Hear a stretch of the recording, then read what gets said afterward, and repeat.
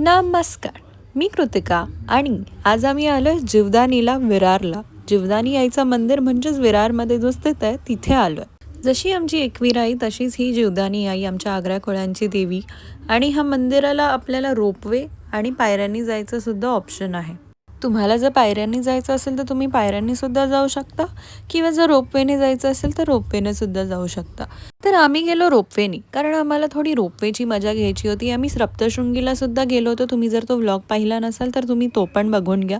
आणि तिथे सुद्धा रोपवे आणि तसाच रोपवे इथे सुद्धा, बट ही रोपवे खूप मोठा होता. तिकीट काढली 250 रुपीज पर पर्सन रिटर्नची आणि मग आम्ही निघालो रोपवेसाठी. रोपवेची वेट केली आणि तिथे होती रोपवे समोर. तर जीवदानीच्या रोपवेला आहे 3 वेगळे खण आणि त्या 3 वेगळ्या खणांना आहेत 3 वेगळे प्लॅटफॉर्म.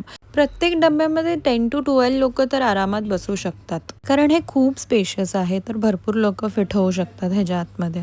जेमतेम 15-20 मिनिटं तरी लागलीच आम्हाला, कारण रोपवे खूप स्लो चालत होता. आता बाहेर येताच आपल्याला जायचं होतं लिफ्टच्या कडे. लिफ्ट पण भरपूर मोठी होती, मला रेकॉर्ड नाही करता आलं बिकॉज खूप गर्दी होती. फायनली आम्ही पोहोचलो आणि आता बघतो जीवदानी यायचं देखणं असं रूप. ही आहे आमच्या आगरी कोळ्यांची देवी आणि आम्ही मानतो हिला एकविरा आईची बहीण असं. देवीचं दर्शन इतकं सुंदर झालं आणि देवी सुद्धा इतकी सुंदर दिसत होती. मी तर पहिल्यांदाच आलेली.